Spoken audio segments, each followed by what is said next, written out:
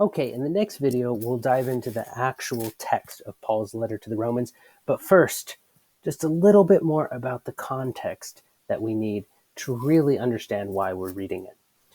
I think historical context is extremely important because really, Paul is not a Roman.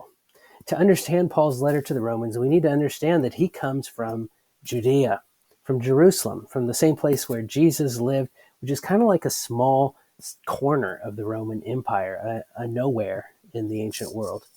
And Paul is unique among the apostles for traveling as widely as he does throughout the Greek world and preaching the gospel, planting churches throughout the Greek-speaking parts of the empire, hoping to end up at least, in Rome when he writes this letter. He writes this letter to Rome, knowing that Rome is the capital city of the greatest civilization on the earth at that time, or so he thinks, and he's hoping from there to preach the gospel even more widely, to reach the farthest reaches of the Roman Empire.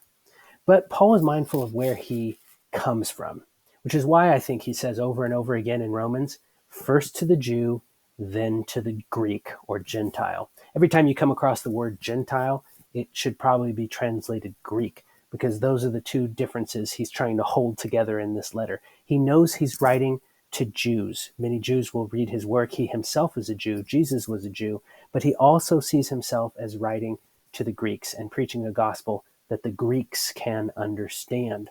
Now, depending on whether you're Jew or Greek, there's a lot of terms that would sound different, which Paul uses. Terms like righteousness or justice sound different, whether you hear them in the Jewish world or in the Greek world. Terms like law, the law means Torah, the books of Moses from a biblical perspective. But for the Greeks, law meant more than that. And they're coming from it has a different flavor, a different taste. Similarly with words like wisdom, faith, and salvation. Paul is speaking the language of the Greeks, but it seems like he's also trying to speak to Jews at the same time. Have you ever heard of code switching? That's what I think it's like.